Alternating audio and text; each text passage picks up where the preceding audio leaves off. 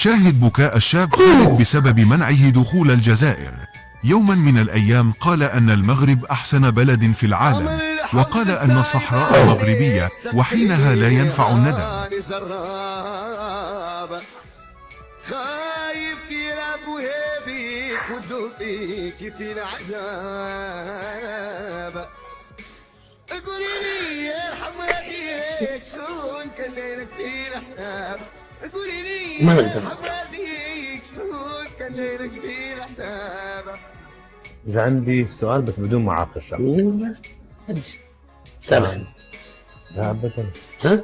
هالبرنامج يبين إنسان، وهذا اللي قدامي خالد إنسان. أنا ما عندي ليش نخدم بيني وبينك، ما عنديش حشومة هذا الشيء.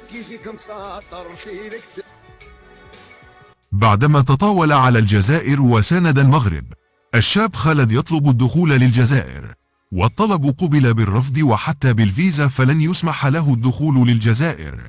الشاب خالد يعيش أسوأ أيام حياته مع زوجته المغربية، والتي أخذت كل أمواله، فقد ندم على ما فعله وما قاله عن الجزائر، فهو ممنوع من دخول أرض الشهداء وتحيا الجزائر. ففي الساعات الأخيرة اجتاحت مواقع التواصل الاجتماعي خبرا مفاده منع الشاب خالد من دخول بلده الجزائر. هذا القرار أثار تكهنات وانقسامات واسعة، حيث اتهمه بعض الأشخاص بالخيانة نتيجة حصوله على الجنسية المغربية واستقراره في المغرب، وفي المقابل رأى آخرون أن الفن يجب أن يبقى مستقلا عن السياسة والجنسية. لكن القصة ليست بهذه التكهنات، فالأمر يعتبر أكثر من ذلك بكثير. فالذي يتطاول على بلده ويساند بلدا آخر ضد بلده فهذا أمر لا يغتفر أبدا.